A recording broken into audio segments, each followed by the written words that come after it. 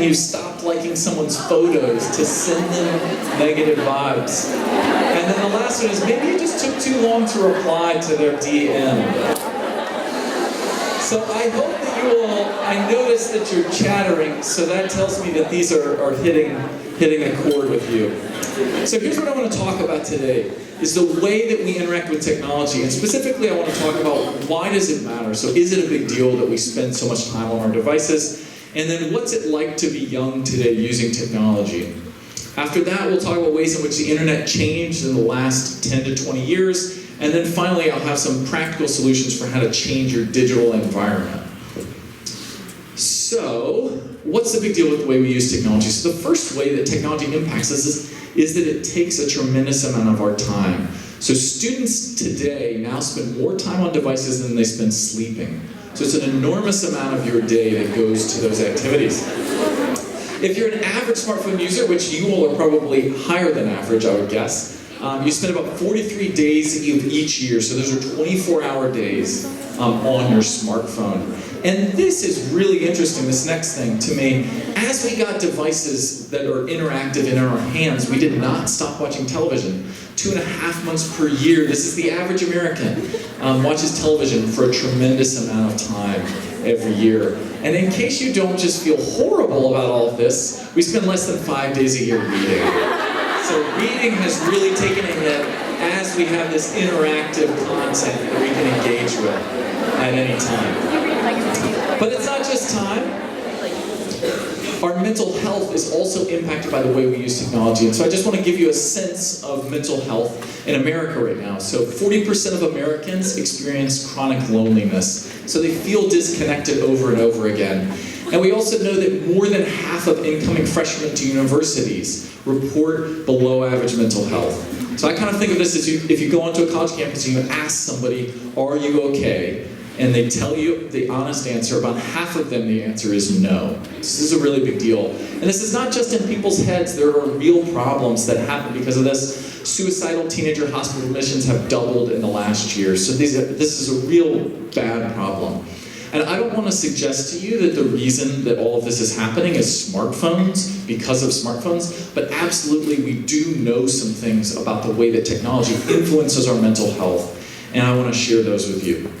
So what do we know? The first thing we know for sure is that social media causes lowered life satisfaction. Now for years there were correlations, so people who are more depressed, for example, use social media more often. But it's very hard to say maybe people who aren't feeling very connected go to social media hoping to feel more connected. But what they did here in Copenhagen with 1,000 people, and then they did this same study at Stanford and the University of Pennsylvania, is they took a group of people and they made half of them use little or no social media, and then the other group got to use social media as much as they normally would. And what they found is that people who were forced to use less social media reported being happier, less anxious, less lonely, less depressed. So we know that it's actually social media causing that lowered life satisfaction. We also know that smartphones diminish your cognitive ability. Basically, a smartphone, the closer it is to you, the less intelligent you are. And there's just some amount of your brain power that goes to it. And the last one is that smartphones diminish your experiences of closeness and trust between other people.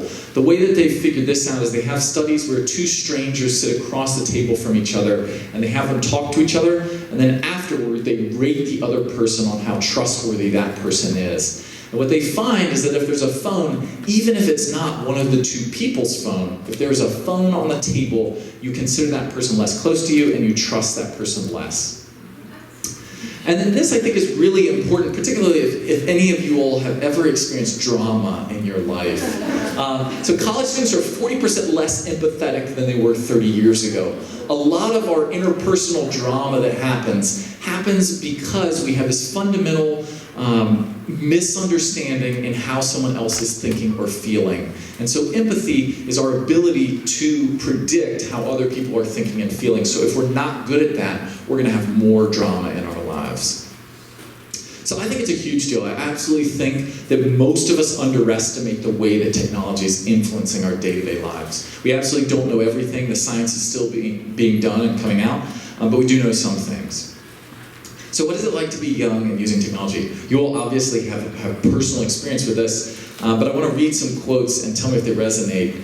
These are from young people. So one says, framing a picture and posting it on social media is not a 5-minute thing. It takes hours of deliberation, right? And then another thing, raise your hand if this is a thing or if it's not a thing. If you post something on social media, then you text your friends with LMR, and then they go on social media and like it. Is that a thing or no? Raise your hand if it's a thing. Okay, so it is a thing, at least for some of you. And one thing that often happens is if you post something and you get your friends to like it, but if it doesn't take off, if it doesn't catch fire, then a lot of times what you do is you take that back down because you don't want to be associated with a post that wasn't a success. And then this is a quote. I know this is true because my cousin said it to me. If you meet someone new and they ask for your Instagram, you only have 80 followers, they're going to think you're not that popular. But if you have 2,000 followers, they're going to think you're the most popular person in school. So we start to evaluate our own selves based on these digital points, so to speak. And then now what I want you all to do is I want to test how well you know your own generation. So thumbs up if you think there's more of the following. Thumbs down if you think there's less of the following.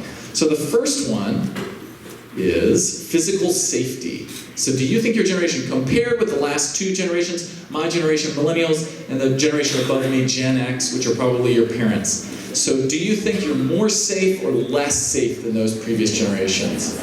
See a lot of downs. You're actually more physically safe than you've ever been. Sorry, you all don't know yourselves that well. How about homicide? Do you think there are more or less murders? More or less murders? So there are in fact less murders. Are you more or less anxious? More or less anxious. Okay, that one's easy. Everyone always gets that one. That's correct. More anxious. How about, do you have sex at a younger age or an older age for the first time? In fact, less. Up next is depression. Depression, more or less? More, you got that one? Next one is sleep deprivation. Are you more tired or less tired? You are more tired, correct? Loneliness. Are you more lonely or less lonely? More lonely, you're correct.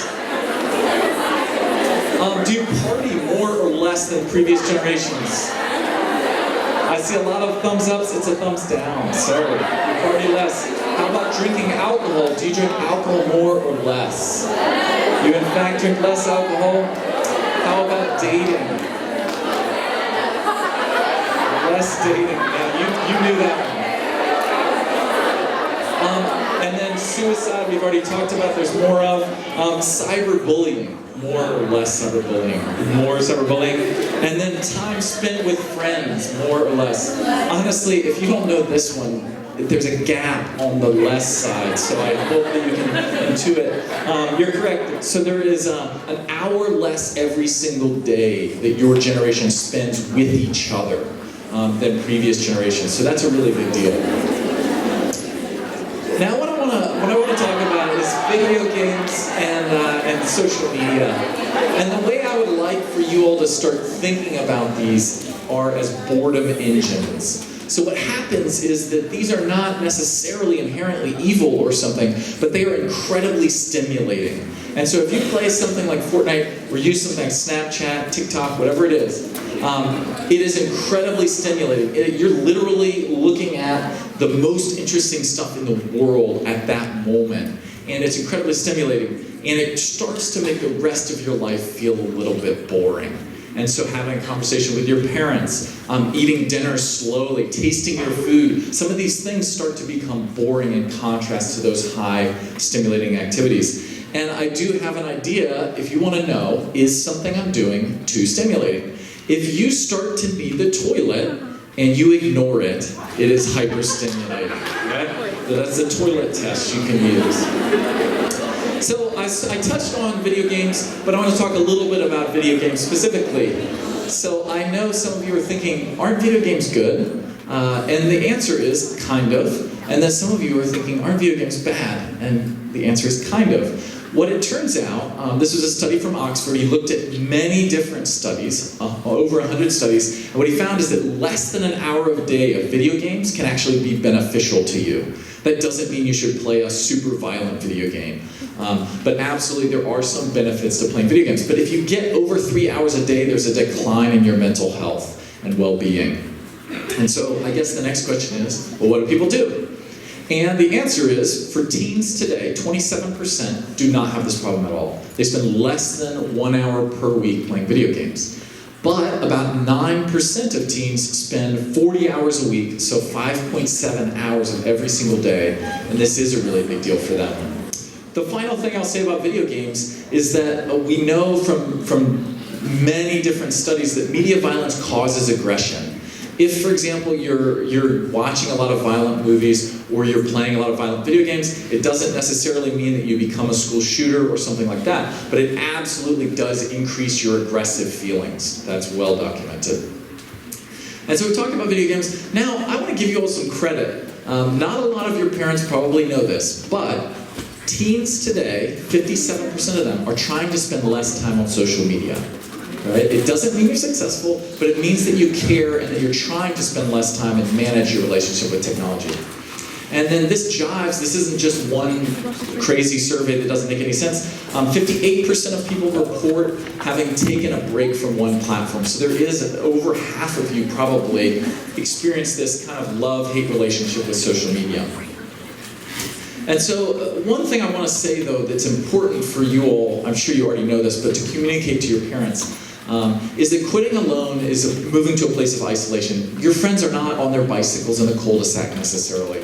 And so if you leave all of your social media all at once, it can be really isolating. So it's important to find friends and partners as you try and manage your relationship with technology to do that with you so that you're in a stable place with your friends.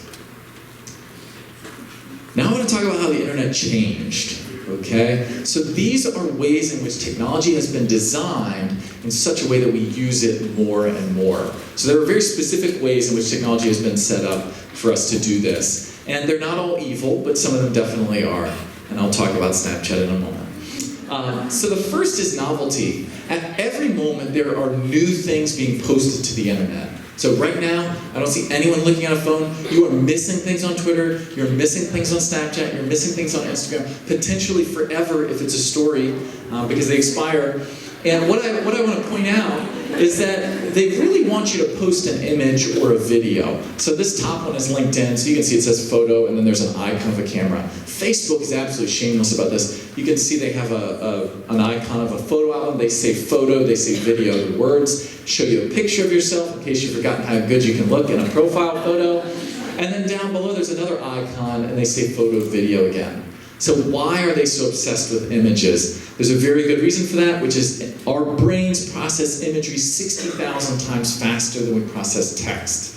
Text is still sort of in our evolutionary history brand new. And so we respond to images. This is why Selena Gomez does not get paid hundreds of thousands of dollars to type the sentence, "I love Puma shoes." Here's a link. Right? She gets paid hundreds of thousands of dollars to have a picture where she's wearing Puma shoes. So that's very important for you to recognize. It's those images that drive that. Also streaking. How many of you, raise your hand if you're familiar with snap streaks? Again, most of you. When I speak to a group of adults, they've never heard of this. So this will make more sense to you than them. This is my cousin. This is a real screenshot. She has 679 days in a row that she has messaged one of her friends back and forth. And we were actually on a cruise. My grandfather was getting older, and he decided that he would pay for everyone in the family to go on a cruise. And so we got on this cruise ship, and we're going into international waters where there's no cell service for more than 24 hours. And I asked her, I was like, what is going to happen to these snap streaks? And she was like, not a problem. I gave my friend my password. She's going to keep them alive. And I was like, that's insane. But I explained to her the reason this feature exists is because Snapchat reports to their investors the percentage of users that use the site on a daily basis, so daily active users. And so the higher that percentage is, the better it is. And what you find is that, in fact, Snapchat now has more daily active users than Twitter because of this feature. So I explained this to her, and we talked about it. I really felt like we connected, and I do have an update from her. So here it is. She's over 1,000. So even if you know why this exists, it doesn't necessarily make it easy to throw those streaks away. Red receipts. This is another thing that keeps you coming back to social media. The top one you know is from Snapchat. That arrow fills in once your friend has read the message you sent them, and then this is on Instagram, you can see it says seen. This creates an urgency on the part of the recipient to respond quickly, because if you didn't respond, then why aren't you replying quickly? And it creates a reason to go back into the app if you sent the message, because you can check and see whether or not the person has seen your message. Variable reward systems are often set up. Tinder, probably not the best example to talk about, maybe email, right? So when you go into your email inbox, it's almost always boring stuff. It's stuff that you know is coming, it's things that aren't even relevant to you, and so you just it's a bunch of junk. But every once in a while you get a great email, right? You get accepted to something, you get nominated for something really good happens. And so it's almost like this slot machine where you sort of, even though you already have 25 emails you haven't replied to, you just pull down from the top hoping to get a new email, something that you haven't already seen. And then social engineering, I throw this in there in case you're sleeping well at night and not worried about this, but Facebook has done a couple studies, and what they showed is that they can influence whether people voted on voting day. So the way they did that is on voting day they have this big thing that says, did you vote today? And you can mark that you voted. And underneath it they have a picture, they had either a picture of your friends who marked that they voted, or they just had the names of your friends who voted. And what they found is that if they show you a picture of your friends who voted, you're more likely to go out and vote that day. And then on the other side, they did a mood manipulation experiment, and what they did there is they put more positive things in some people's news feeds and more negative things in other people's news feeds. And as you might imagine, if you have more positive things in your news feed, you're more likely to post more positively. If you have more negative things in your news feed, you're more likely to post more negatively.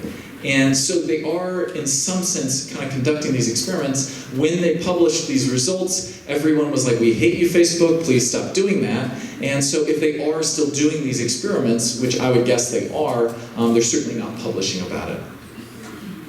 So at this point, sometimes it sounds like I'm a weird crackpot conspiracy theorist. So I do want to point to this, just to lend some credibility to what I'm saying. So the revenue from these companies, these are publicly traded companies, so they have to report where they get their money from. And so for Twitter, 86% and Google of their money comes from advertising. And for Facebook, it's 98%. And in fact, you can see this in the behavior of the companies as well. If you don't like something on YouTube, say there's like some terrorist videos on YouTube, and users complain they didn't take it down, but there was a soap company that did not like the fact that there was a terrorist training video, and then there was a soap ad, and then a terrorist training video. They didn't like the fact that they were being sandwiched by terrorists, and so then immediately YouTube, which is owned by Google, responded and they removed that content. So you're really not the customer in these situations where the product is free. And so this is why I say tech giants promised to improve the world, instead they changed it. Right? Without a doubt, social media and these massive tech companies have changed our lives. I'm just suggesting it's not all for the better. And now, I don't want to leave you hanging, I don't want to leave you just like, oh man, this is terrible, it's the worst, everything's going to be bad. There are some good ideas I have, practical solutions for you to kind of alter your digital environment. So what can you do to your digital devices such that you're going to be less distracted? You'll spend less time kind of mindlessly scrolling and more time focused and organized. So let's talk about your phone first. I think it's very important that you charge your phones away from the place where you sleep. So this is a graph. So you can see the percentages on the left side of high school students who do not get enough hours of sleep. And what you can see is things were getting better, right? It was going down, which means more people were sleeping enough. And then something happened in 2013. I don't know what happened, but I think it's the year when more than half of Americans had a smartphone, and we started having trouble going to sleep. So I recommend charging your phone away from the place where you sleep, away from your room. Also, I recommend connecting with your friends. Actually, no, I don't recommend connecting with friends. I recommend calling your friends on the phone. This is very important, and I want to explain why. So there was a study with 68 7 to 12-year-old girls, and they stressed them out. And I know I'll just save you waiting after to talk to me and ask me how they stressed them out. I'll just tell you. What they did is they made them do math problems in front of other people. And it was a pretty stressful experience. And what they did is they measured both their stress hormone, and this is oxytocin, this is their love hormone. And so this is kind of this joy hormone that shows when you're feeling good. And so they stressed them out, and then they had 4 different groups of these kids. One group got no support whatsoever from mom. Another group got text messages from mom to support them. Another group got a phone call from mom. And then the final group got mom in person. And what you can see is that an instant message or texting from mom is the exact same as no support whatsoever from mom. And then full contact from mom is about the same as mom on the phone. And so I want to suggest to you that what might be happening is that if you are feeling stressed, you're feeling anxious, you're feeling lonely, and you text your friends, that they are going to feel like they're supporting you, but in fact what you have to do to help yourself is to call them. You absolutely have to call people. It's incredibly important. So try not to have ongoing conversations via text. If you're going back and forth a bunch, go ahead and pick up the phone and call that person. It just matters so much for your mental health. The next is to have a tools-only home screen. So on your phone, remove all of the things that would have notifications, any social media games, remove that and just have tools that you would go to for some purpose. I will say none of these are really distracting. I have been distracted by my flashlight before, but it does not last long. The next one is do not disturb. So everybody knows this exists. You probably use it sometimes, hopefully when you're studying. But I would recommend using it every single night automatically. You can set it up on a schedule so that at maybe 9:30, 10, whenever you go to sleep, it comes on, then people can't get through to you until the morning when it turns back off automatically. Now you can let repeated callers through, and you can let favorite contacts through in case there's certain people that always need to be able to get hold of you. That's do not disturb. And then this is really cool. You didn't used to be able to do this. 2 years ago you can do this. You can block app access. So if you're on Android, this on the left is an app called App Detox. So it allows you to set times that you can use your certain apps. It allows you to set up limits for how long you would use a particular app. And then on the right is iOS's screen time feature, which is now built into iOS. And so what that means is that you can set a limit on your Instagram. You can set a limit on TikTok, whatever you're using, where you want to use it a little bit, but you don't want to get lost in it. You don't want to spend hours a day on it. So whether you're trying to spend 10 minutes instead of 30 minutes on social media on your phone, or whether you're trying to spend 2 hours instead of 3 hours, you can find ways to kind of set those limits for yourself. And so now what I'd like to do is I'd like you to think about whether you use your phone for the following activities or your laptop. So your left hand is the phone hand, and I want you to just count up how many of these things you do on your phone. And then on your laptop is your laptop hand, okay? Does that make sense? So just count them up. There better not be more than 5, that's what you're thinking. And there will not be. So the first is shopping. So shopping. So put up a finger on your left hand if you do it on your phone. If you do it on both, go ahead and put it on both hands. So the first one is shopping. The next one is streaming videos. Streaming videos. So do you do it on your phone or your laptop or both?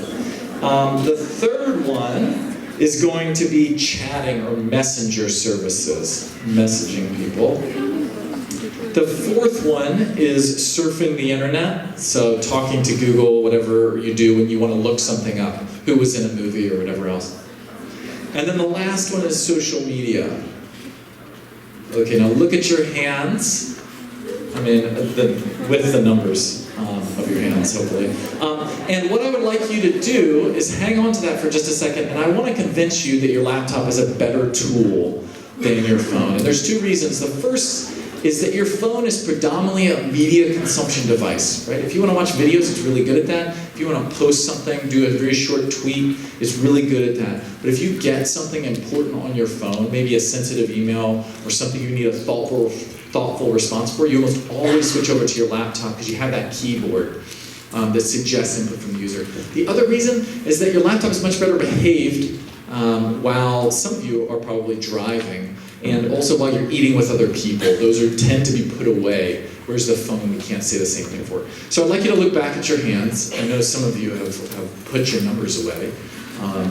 But I would encourage you to look at those things, right? You're watching videos, you're surfing the internet, your social media and your messenger services. As much as possible, if you can shift from the phone to your laptop, that will benefit you. So as much as possible, using a laptop for any of those things. And even if there are things that you don't do on both, but you just do it on your phone, if you could do it on your laptop, see if you can make that switch.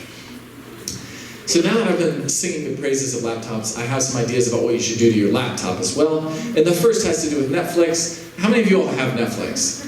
Okay, all right. I can't believe how many people have Netflix. This is amazing. So if you have Netflix, and you will probably set up the settings anyway, so you go up in the top right, there's your account settings. And I want you to scroll down and put in the middle, they kind of hide it, playback settings. I want you to click on that, and I want you to uncheck this box that says play next episode automatically. And once you save that, you are going to make an active choice at the end of each episode whether you want to continue watching whatever show it is.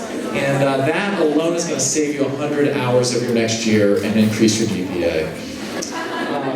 So now I want to talk about a category of things called Chrome extensions. How many of you have heard or understand what a Chrome extension is? Okay, so about a third or half. Great. So Chrome is the most popular browser in the world. So most of you probably use Chrome. And Chrome extensions change the internet as you use it. And so what that means is, here's an example. So Scroll Stopper, this is a personal favorite. I created this. That's why it's my personal favorite. So say you're spending too much time on social media, you just scroll in that news feed. So this is on your laptop. You're just spending a ton of time, and it just adds more and more content to the newsfeed. You don't even have to click next.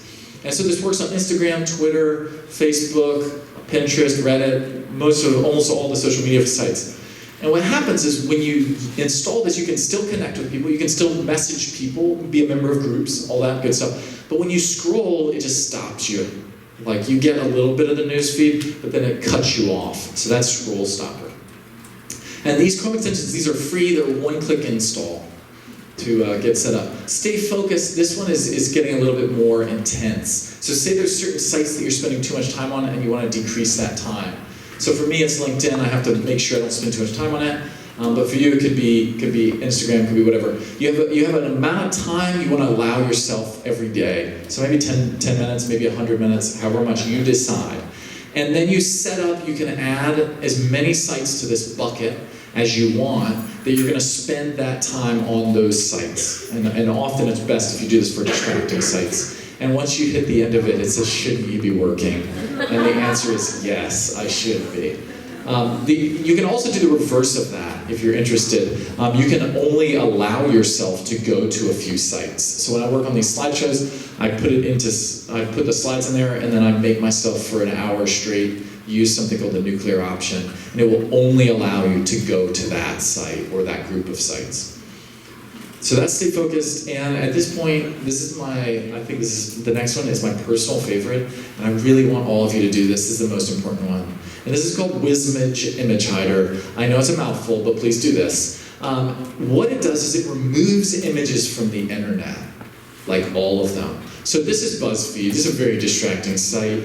I don't know a lot about Ariana Grande, but I'm about to read a whole article, and I could waste so much time on this site, and all these pictures are making me want to click on things. And so once you enable this, this is what BuzzFeed starts to look like. So no images. And I will say every once in a while you're like, what is that image? And so you can figure it out if you just hover over the image, and you hold down Alt and hit A. It will show you the image. Here's this demonstration here. So you can see whatever the image is. And so that's fantastic. And I should tell you, for what they do is they often stack a lot of images with each link, the developers of the sites, and then they can tell which gets clicked on more often. So you're looking at really the most tantalizing image they could come up with for that article. And occasionally you do need to see things, and so you can exclude a website, a particular website. I once ordered a DVD without any images, and it worked out, but I wouldn't recommend shopping without looking at the things. generally speaking, so you can exclude a website easily so that you're able to still use it. But by default, you're not getting distracted. Especially if you all look at news a lot, it really lowers your blood pressure as you read news, not to see the scowling politicians.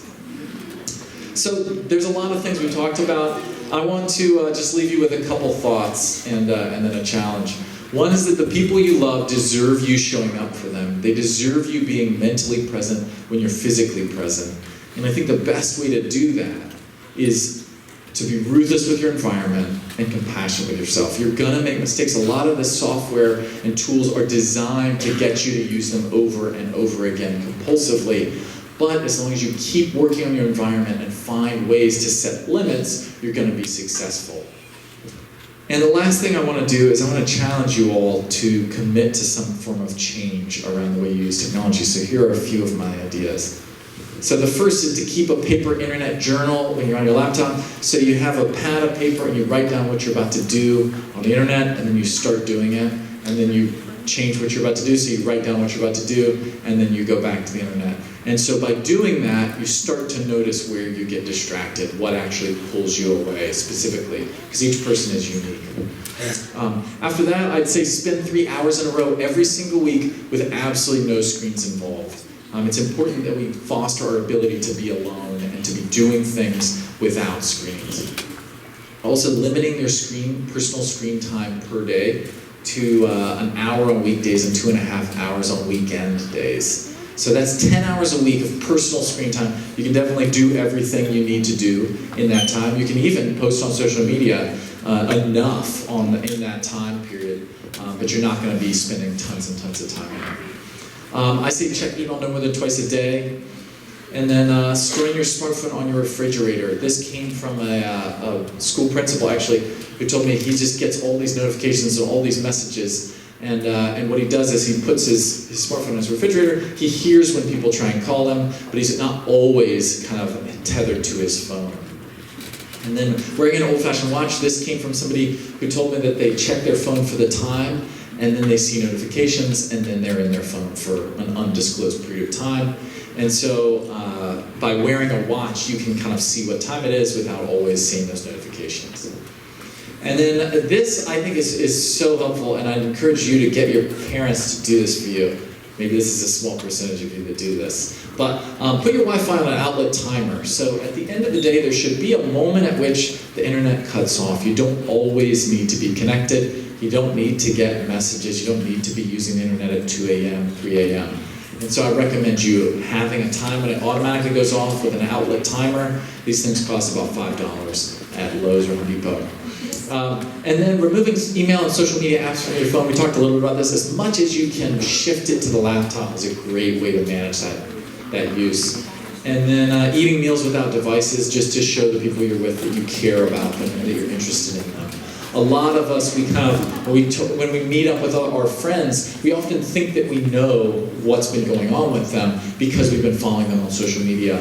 But let me tell you, the social media version of what they've been doing is often different from the version that they would tell you. And it's all often special that you're asking questions because you ask questions that other friends will not ask, and that's very important. I have a friend who, no matter what sentence I say, pretty much after it says, "Why do you think that?" And so it really causes me to think more deeply about what I'm saying. And so those are certain things where I have other friends who ask me different types of things, and it causes us to be more well-rounded and understand ourselves better. Then the last one, as I say, stop taking bio selfies. I just think if you're alone, we don't have to document it. That's okay. It's a good thing to be alone sometimes. But if you're with friends and you're having some activity you're really enjoying, I say feel free, fire away. But not necessarily by yourself. And then the last one is call or meet once a week with a good friend.